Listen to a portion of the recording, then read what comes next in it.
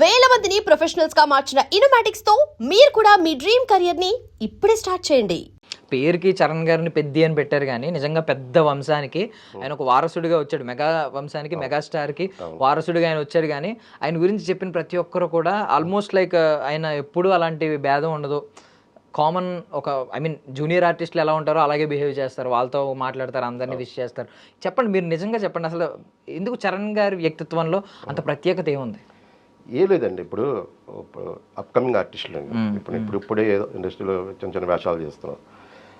ఒక రామ్ చరణ్ గారు mega family నుంచి వచ్చిన యాక్టర్. అతనికి కొన్ని కోట్ల మంది అభిమానులు ఉన్నారు. అతను మేము ఇంత దగ్గరగా అంటే సార్ ఇక్కడ ఉంటే నేను ఆయన పక్కన ఇలా ఉంటాను, నుంచొని ఉంటాను. ఆయన పక్కన నుంచోవాలి అంటే ఎంత ధైర్యం కావాలి, రావాలి. ఒక రకమైన పేరు ఉంటుంది బాడీలో. ఇవన్నీ మనం మైండ్లో పెట్టుకుంటే ఉంటాయి. సార్ రాకముందు, సార్ వన్స్ సెట్లోకి వచ్చిన తర్వాత ఆయన వచ్చే విధానం, అక్కడ సెట్లో ఉన్న వాళ్ళందరినీ పలకరించే ఆ పలకరింపులో ఉండే ఆప్యాయత అయిన పోతాయి. మనం ఏదో నా పక్కన కో ఆర్టిస్ట్తో యాక్ట్ చేస్తున్నట్టే ఉంది సార్తో. అంత ఓన్ చేసుకుంటారు సెట్లో రాగానే సార్ అందరినీ. దానివల్ల భయం ఉండదు. చాలా అసలు మాటలు కూడా చెప్పలేకపోతాను, అంత కలిసిపోతారు మనిషి.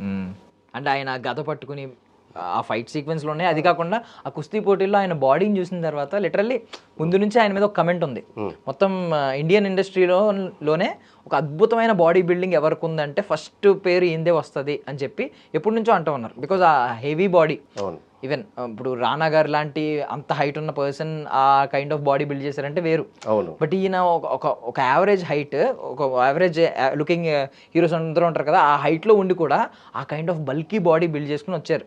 ధ్రువ సినిమాలో చూసాం, చాలా సినిమాలో చూసాం. మీకేమనిపించింది అండి ఆయన కుస్తీ పోటీకి ఆయన బాడీతో వచ్చినప్పుడు చూసినప్పుడు ఏమనిపించింది? ఆయన హార్డ్ వర్క్ అనిపించిందండి.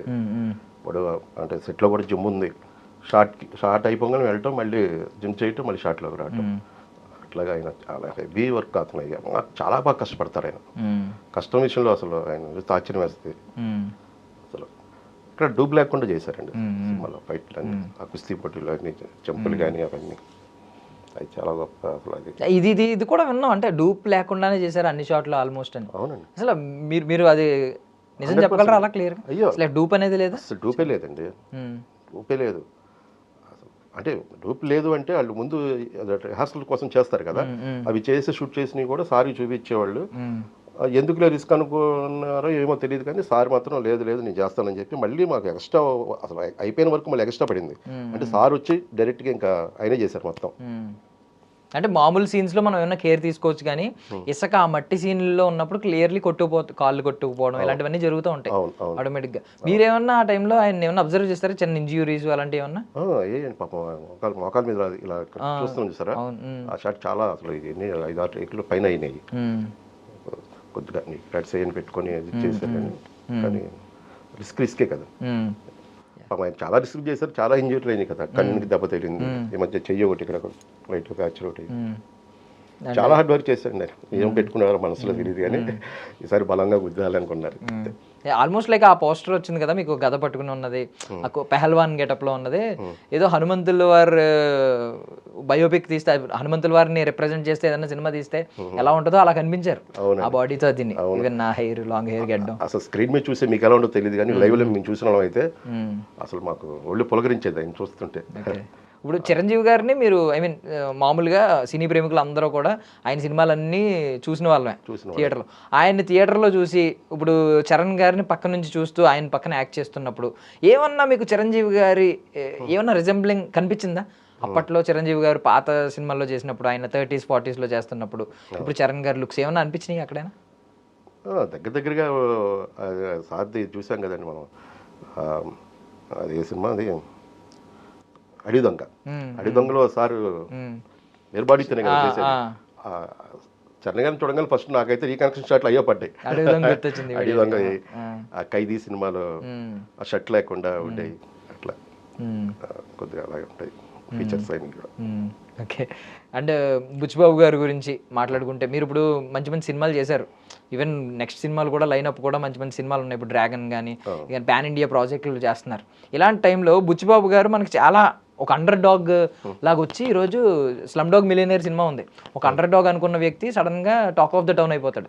అలా అయిపోయారు ఇప్పుడు బుచ్చిబాబు గారు అసలు ఎక్కడ ఉప్పెనకు ముందు ఆయన ఏముంది, ఆయన రికార్డు చూసుకుంటే ఏం కనిపించింది, ఉప్పెన తర్వాత ఒకసారి ఒక pan India project Ram Charan గారితో అసలు మనం ఊహకే అందట్లేదు. అవునండి.